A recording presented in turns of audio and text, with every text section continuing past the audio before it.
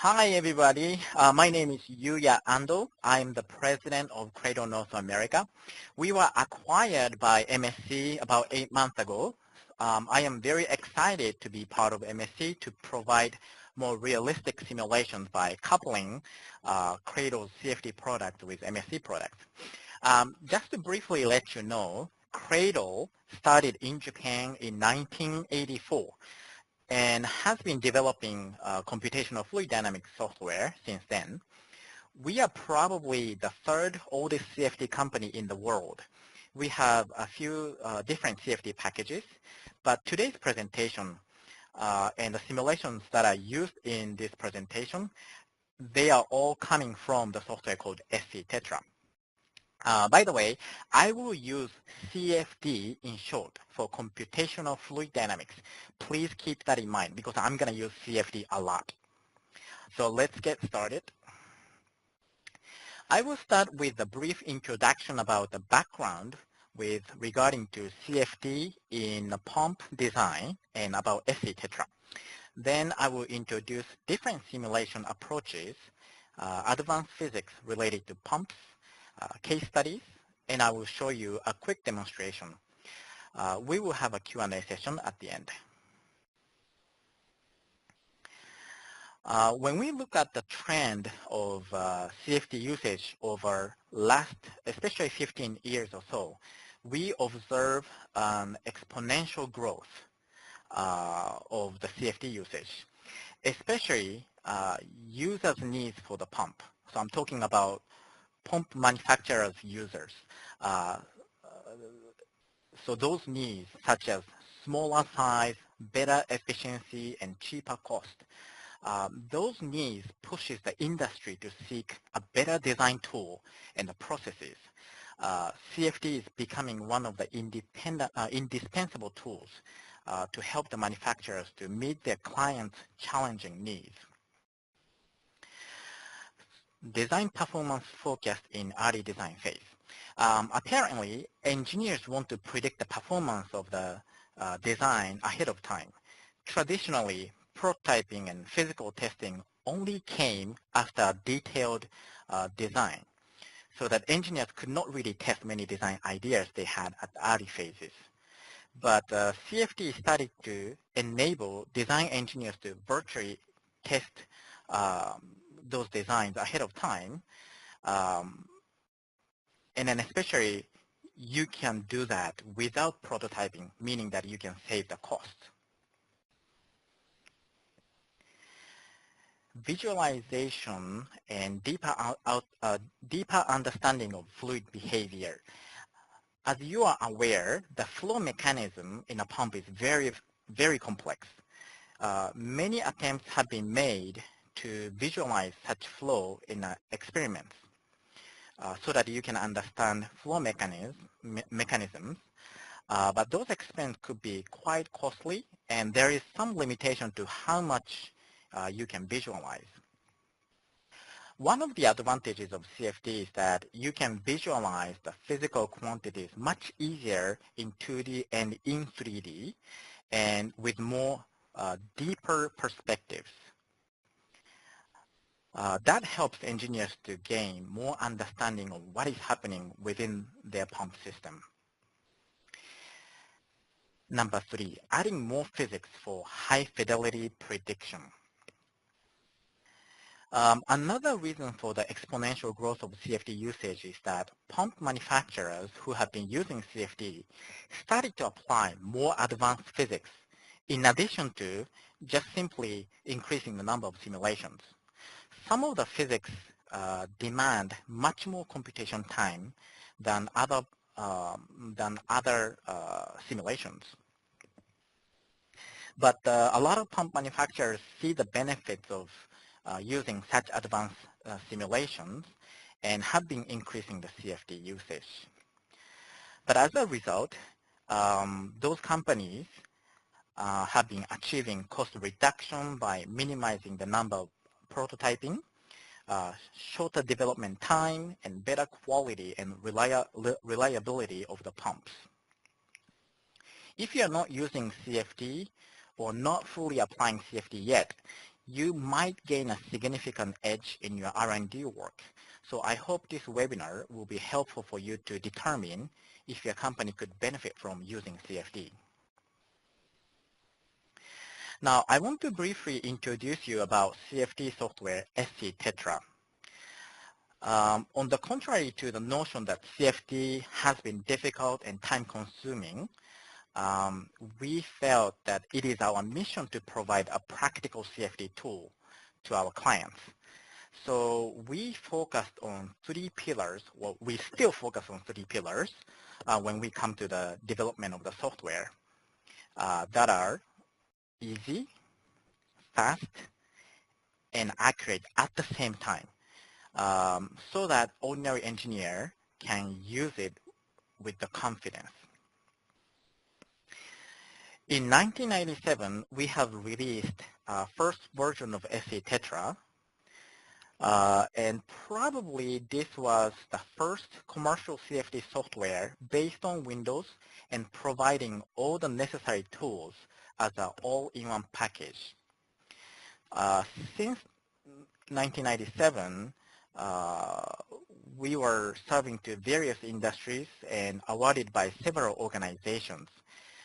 Especially in 2005, we were awarded by Ministry of Economy, Trade and Industry of Japan.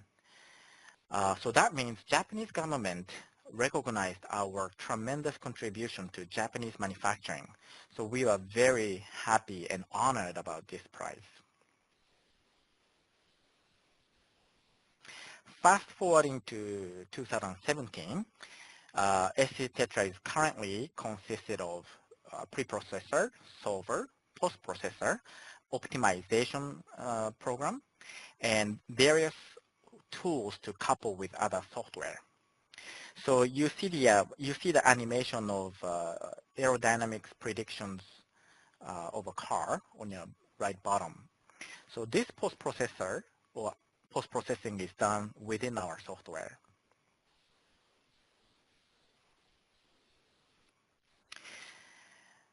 Now, in order to provide accurate simulation, we have to consider real physics, and that's very important. So therefore, we equip a lot of advanced physics.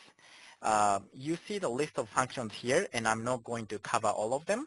But on your right-hand side, you see some of the capabilities. Arbitrary Lagrangian Eulerian. In short, people say ALE. This is often used for moving objects.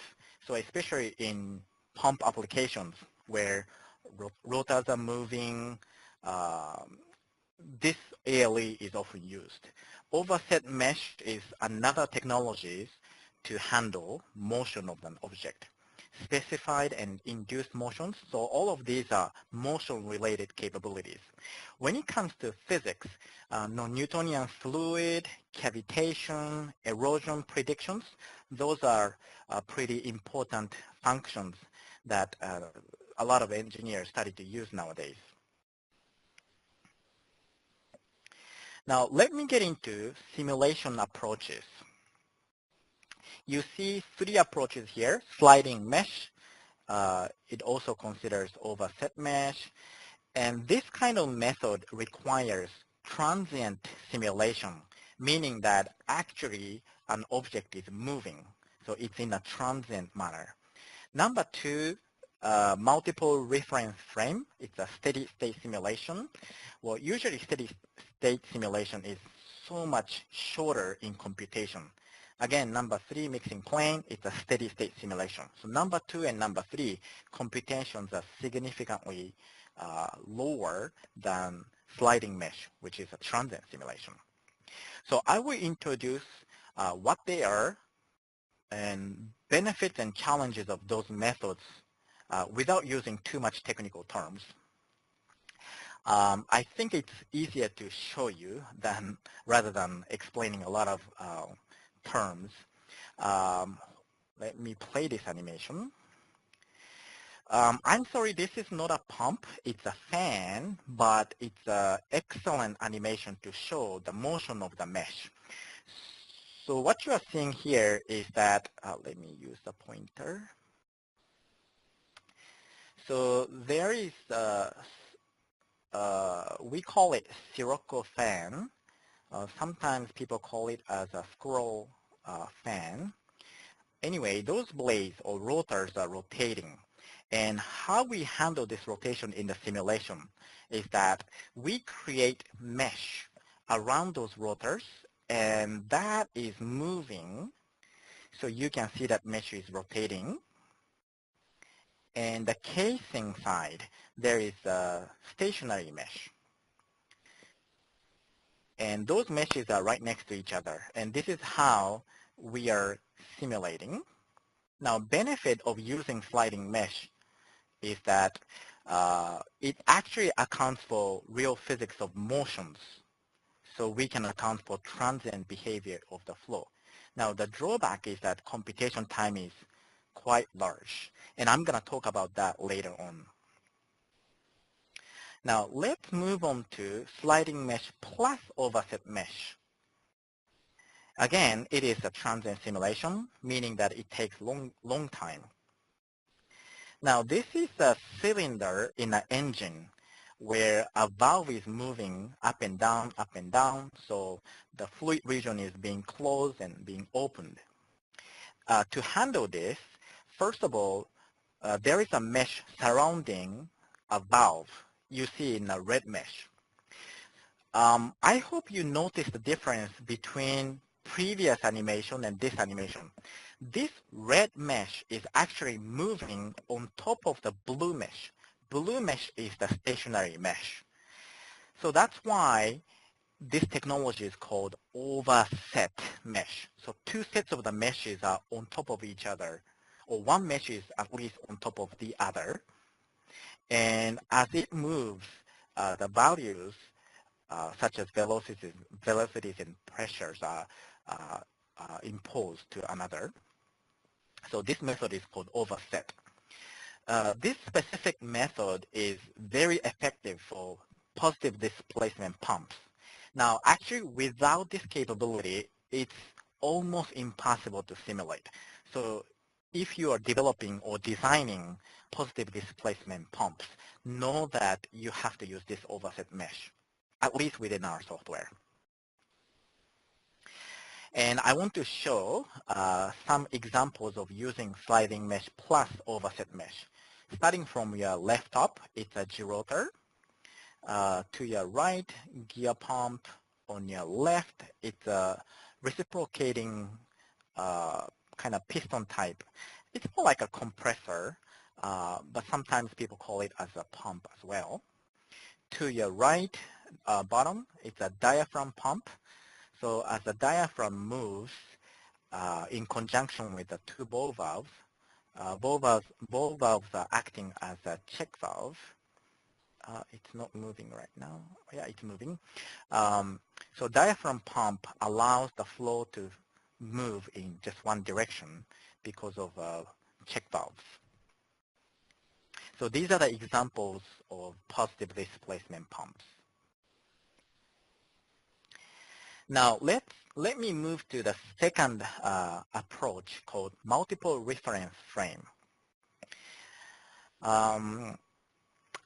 Even though the flow field in a turbo machinery is unsteady, meaning that the flow field is constantly changing, most calculations nowadays are done with the steady method, like this method, because the previous method, meaning that moving mesh, actually takes long time.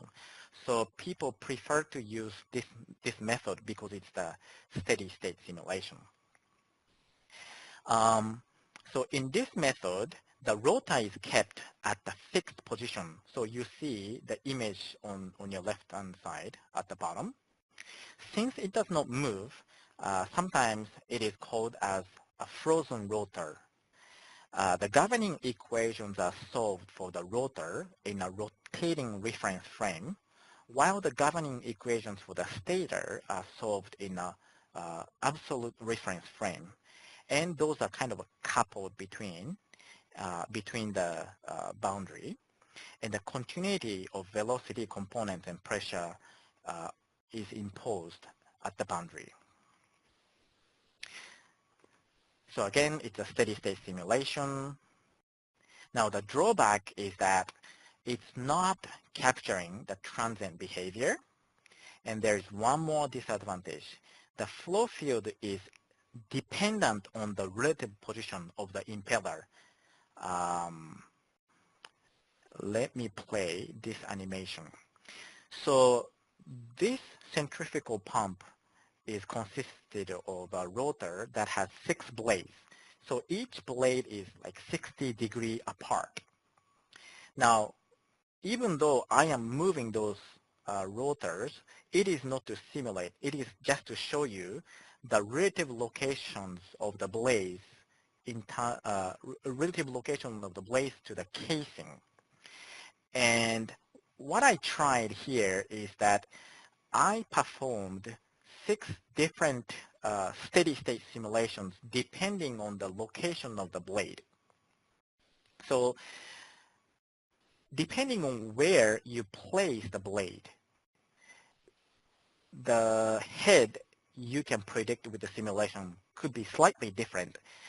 In this particular case, there is about 5% difference depending on the location of the blade. So this is something you need to pay attention to.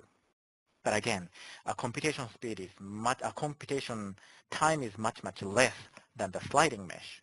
That's why people prefer to use this method. Now, the third method is called mixing plane. Mixing plane is also performed using steady state simulation. So again, sometimes it's called frozen rotor simulation.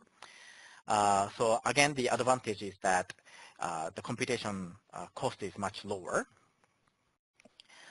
Mixing plane exchanges physical quantities averaged in a circumferential direction on the boundary.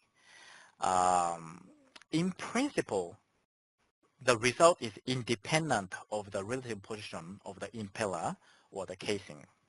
So this is kind of better method than the previous method, but that could be misleading because there is some limitation where you can use and where you cannot use.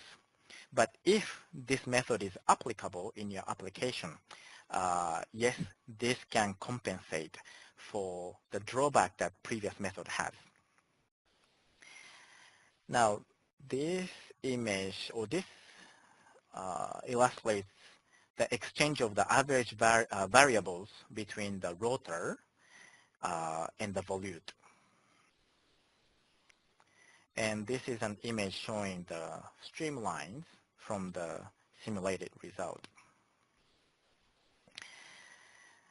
Now, another advantage of mixing plane is that only one blade channel or one pitch of the impeller can be used, and that could reduce the computation cost. So here is the full model of the pump. So what I'm talking about here is that you take just one pitch of the impeller and simulate.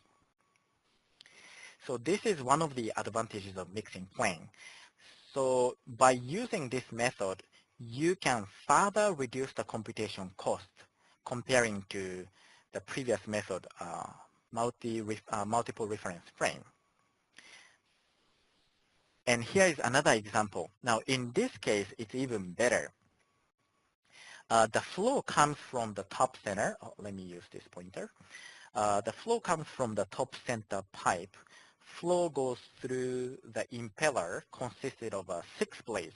So I'm talking about impeller here.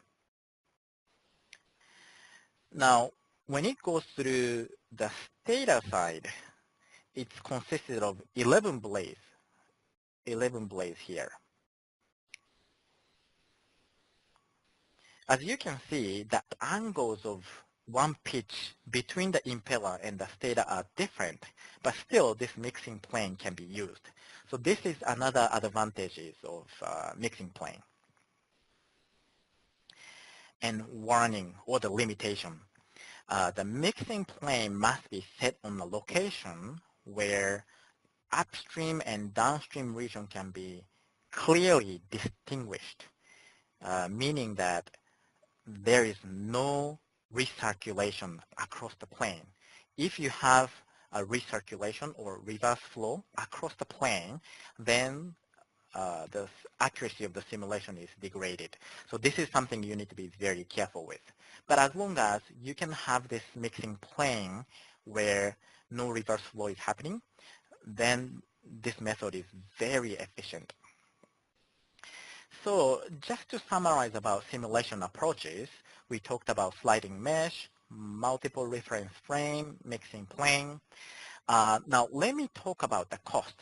So I use just $1 mark for the mixing plane you see in the green here. So let's assume that this mixing plane takes just $1 sign. Multiple reference frame, about the same or maybe 2, maybe up to 3, but I put it 2 at this moment. Now, transient simulation using sliding mesh takes 20 to 100 times. And this is the very reason why people are kind of afraid of using this method. But computer is getting better. People started to see the benefit of using this kind of method and advanced methods. So companies who have been doing CFD for a long time started to do this kind of simulation a lot.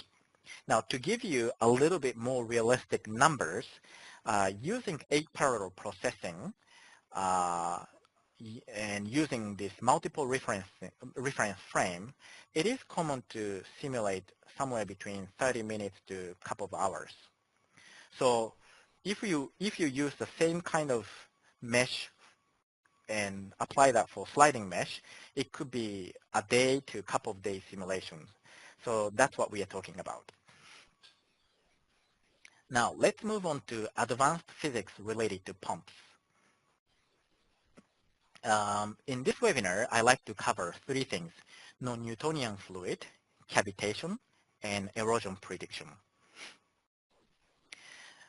Non-Newtonian fluid is a fluid whose viscosity is dependent on shear rate or shear rate history. Some of the examples of such non-Newtonian fluids are like blood, cornstarch mixed in water, inks, some oils, things that you can find in your refrigerators like whipped cream, ketchup, mayonnaise, syrups. Depending on the characteristic of those viscosity, those fluids can be classified as Bingham fluid, dilatant fluid, pseudoplastic fluid, or somewhere in between. Now, these material properties can be specified using existing functions, or you can define your own functions in our software, SC Tetra. Now, I like to show you one animation. This is the example of single screw extruder, which is used to push fish paste in the food industry. And this fish paste is a non-Newtonian fluid.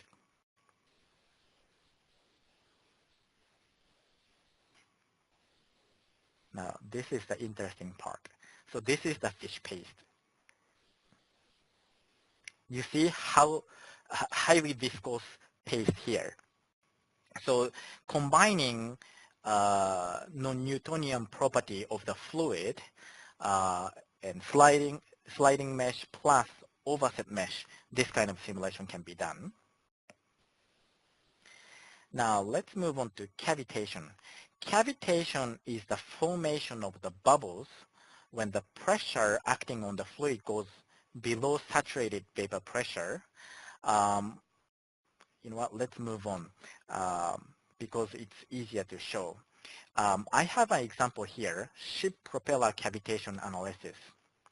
So you see a propeller. This is the propeller used for propelling the ship.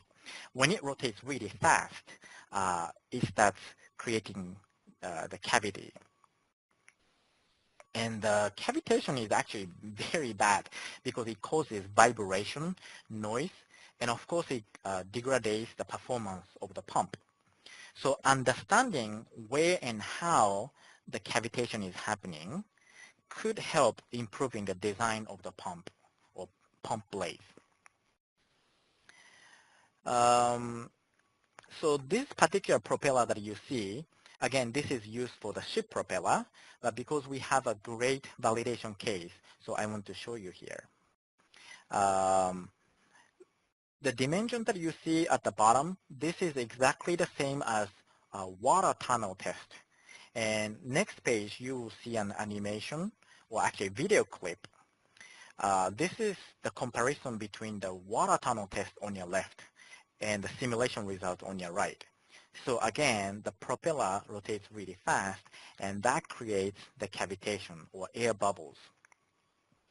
Traditionally, people used to say that capturing this kind of cavitation is very difficult, but allowing to have fine mesh where cavitation is happening, you can capture those cavitation.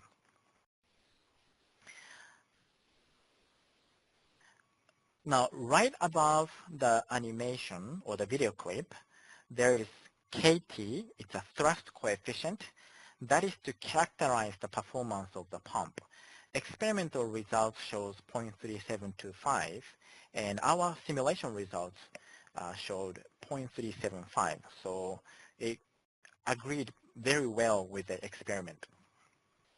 And then even when you look at the kind of a streamlines of the cavitations, you see that the simulation is capturing pretty well compared to the actual experiments.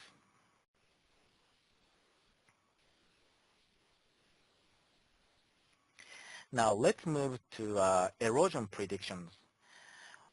After cavitation happens, when the bubbles flow to the downstream, and when the pressure recovers to above saturated vapor pressure, those bubbles implode, and it can generate an intense shock wave. So these bubbles could damage the impeller and other parts such as seals. Couple of researchers in this industry started to suggest so-called erosion index or indices. And there are 4 indices that are shown here. The main idea of these methods are not to resolve all the cavitation behaviors, but to predict possible impacts by numerical functions. Indices are based on local static pressure, saturated vapor pressure, and volume fraction. And here's an example. So what you're looking at is a paint corrosion test. This is done by one of our customers called Torishima Pump in Japan. They presented this material at our user conference in 2011. So first they painted the blade. They operated the pump for a certain period. And because of the cavitation, those bubbles eat up the paint. So kind of goldish locations, those are the places where erosion happened because of the bubbles created by cavitation. And here is the result from simulation.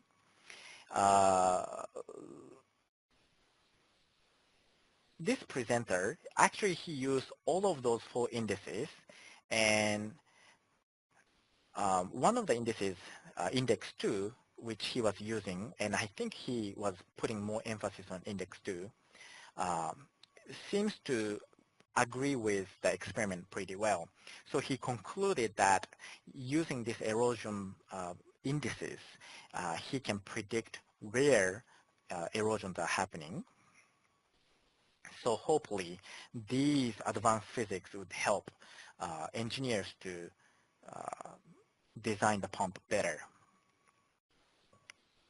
Now let me introduce a couple of case studies. This is the example done by Tetra. That's one of the pump manufacturers. They develop so many different kinds of pumps. Now you see here pump performance curve. Blue lines are simulation results and orange lines are experimental results. As you can see, the agreements between those simulations and experiments are pretty good. And this company was pretty happy and they gave us a comment which you can see at the bottom. Let me read it. SC Tetra accelerates some of the pump development processes such as performance evaluation and visualization of internal flow, which result in a significant contribution to reduce the development time 25% to 65% and the cost. So what I want to emphasize here is that not only they can predict the performance, but also it helps visualizing the internal flow. Again, that's one of the benefits of using CFD. And also, this customer mentions that they reduce the development time by 25 to 65%, not just simulation time, development time by 25 to 65%. That's a very significant reduction. Now, this case study is done by Mauhati pump. Again, it's a centrifugal pump. And the red line indicates the simulation results using SC Tetra, and the blue line indicates the experimental results. And let me read customers' comments here.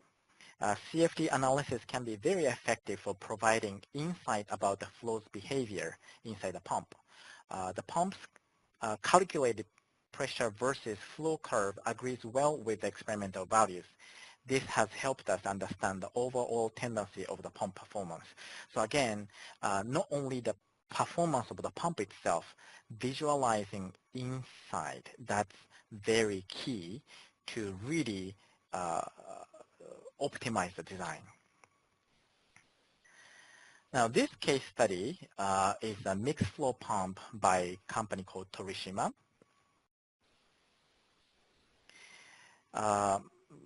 Black lines, those are experimental results, and dots in pink, light blue, light green, those are simulation results. Again, you see a good correlations. Now, this engineer from Torishima, he kind of put the comments here. Resolution of tip clearance was a key point. What he is talking about here is that, so again, doing simulation using SC Tetra or similar products, you create something called mesh. You have to have relatively fine mesh.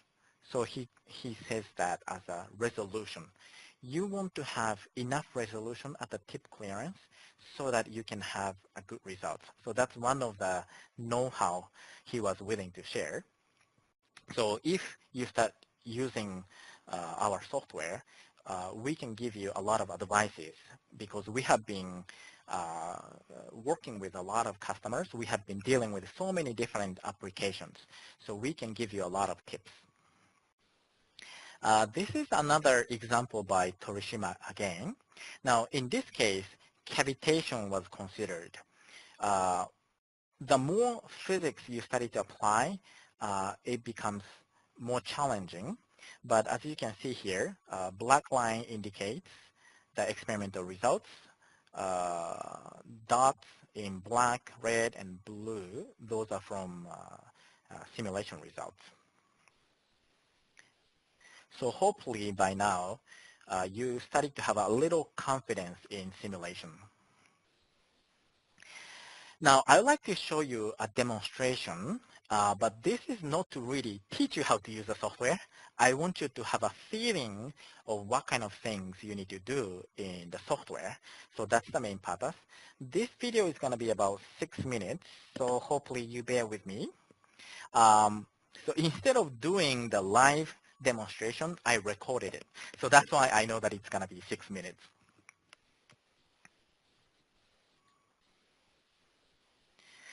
Before I start the video, So this is the screen when you first open the software. Basically, this video covers starting from the software, importing the CAD data, and then up to post-processing. So it's going to be very quick because everything is covered in 6 minutes. I cannot explain every single details, but again, the purpose is to have a feeling. The first step is to import the CAD data onto this screen. Basically, you can drag and drop most of the native CAD formats. You can also deal with intermediate files such as step file, parasolic file, IGES file, but I think people prefer to use the native data. So the video clip will start from importing the CAD. So let me start.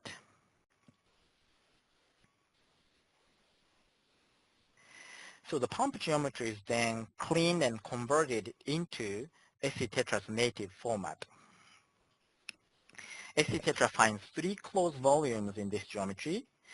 You want to make sure that volume regions are correctly considered, recognized. So that's the first step you do. And then those volumes are already named in the CAD data, but you have to also give names to certain surfaces so that you can apply conditions later.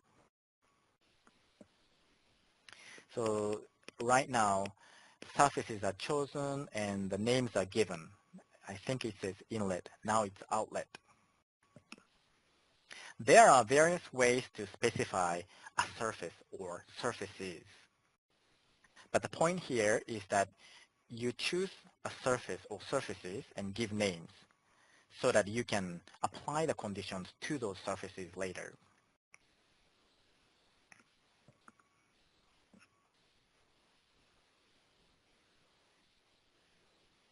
Now, next step is to set the analysis conditions.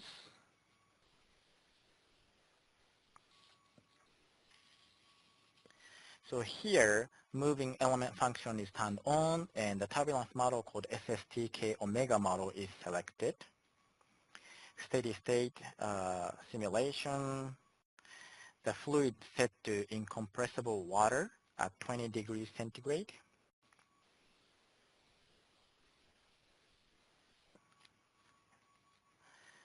The pressure, static pressure 0 is, flow rate is specified. So now outlet, the static pressure 0 was specified. Now this is to specify the friction at the wall. And this is to consider the rotational effect or moving elements.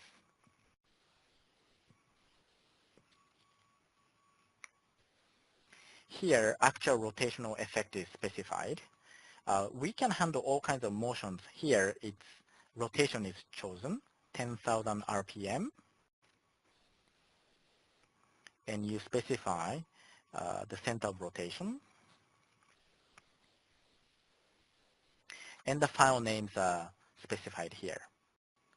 Next step is to generate mesh. We use something called octree system.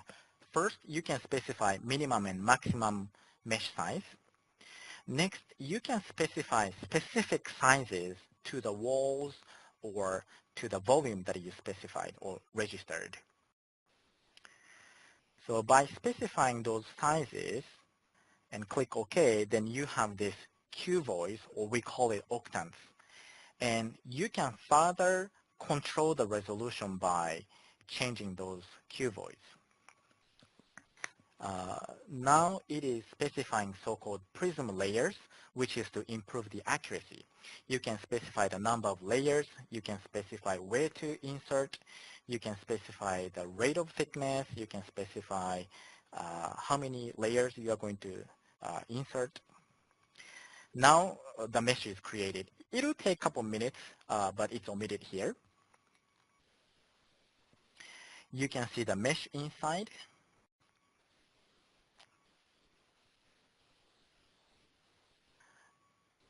It's not easy, but the so-called prism layers were inserted on the walls. Now moving to the solver. So after the mesh is created, conditions are set, you can start simulating. What you are seeing is uh, the monitor, which is monitoring the calculation. As the solver runs, you can see how values are changing. So this is a steady state simulation. So that means once the convergence criteria goes to certain level in default setting 10 to the minus 4, that's the end of the simulation. You can monitor the velocities, pressures. You can see those quantities as well. I'm sorry, I need to catch up with the video. So this is the post-processor. The most common way to visualize is to have a vector plot. This is a velocity vector. You can show the velocity vector on the surface or on the plane.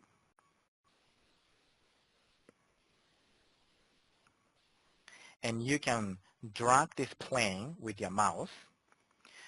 Not only translation, but you can also rotate. You can move into any directions. You can also specify the actual coordinates. So you have an intuitive way of controlling it, and also you can numerically specify the location. Now this is a very handy capability. There's an animation capability so that you can see how the flow is moving. And it's very easy to use this capability to identify the recirculation point. Now another common way to visualize is to have a pressure. So this is the pressure on the surface. And of course, you can show many more things, and there are so many ways to visualize. You have already seen some of the animations in my presentation, but that's pretty much the basic operations, starting from importing the CAD, meshing, specifying conditions, and post-processing. All right, so that was the demonstration. Let me give you some additional information. If you visit our website, you can see a lot of user interviews. At this moment, we have more than 40 user interviews. Those interviews are somewhere between 3 to 4 pages long.